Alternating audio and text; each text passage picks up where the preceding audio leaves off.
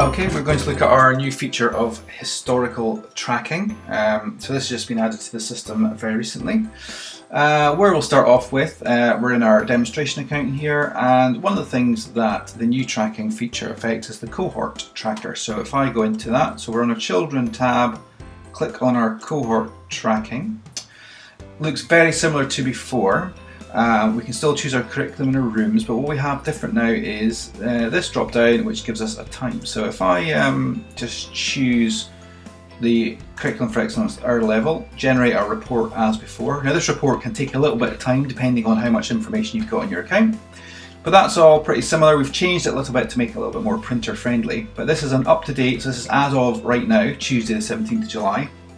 But the feature we've introduced is to let you look at past reports.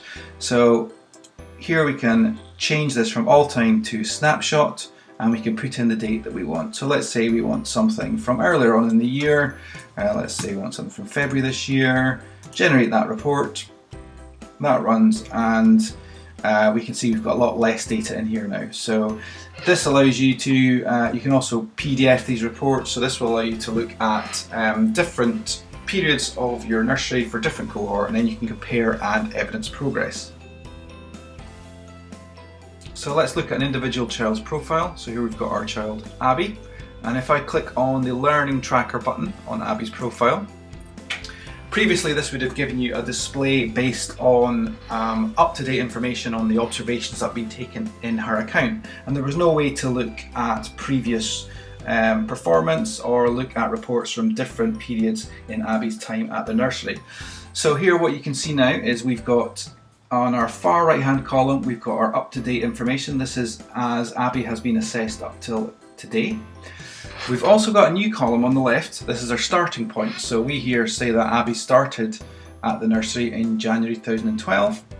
And if we want to amend any of these, we can click on the starting points button here. And if you have a new child joining you at nursery, this is how you would complete their starting points. You would just click on this button, it would bring up this screen for you, and then you can go down the different areas of the curriculum and using these here to tell you where you believe Abby is.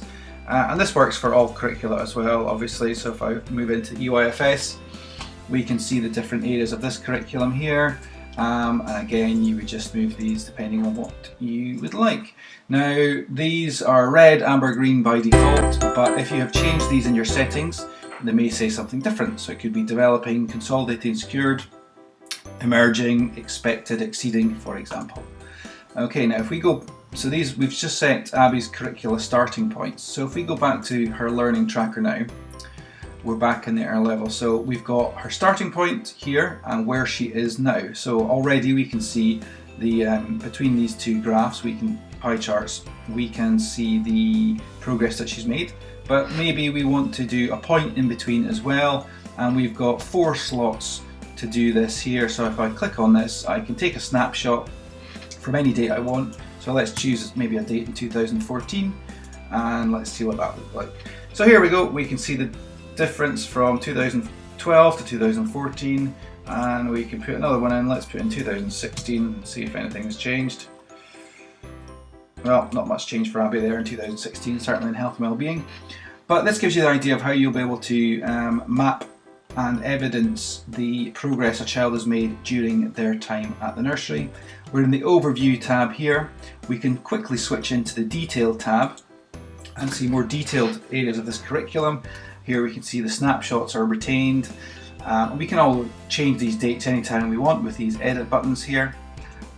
We can see all the individual outcomes from the different areas of the curriculum. This allows you to be a lot more granular, and if you want, you can go in here and you can make changes yourself. So you can click on a particular outcome and say you actually want to manually say that that was amber at that point in time.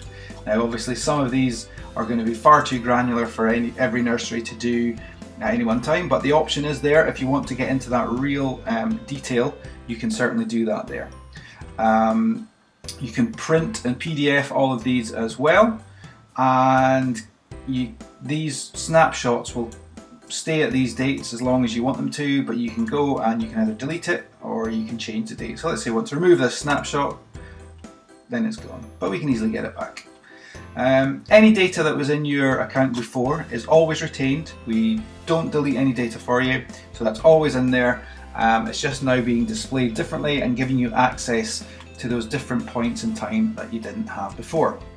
Hopefully this kind of explains our new tracking feature.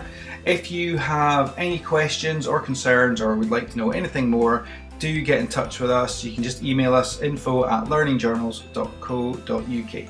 Thanks very much.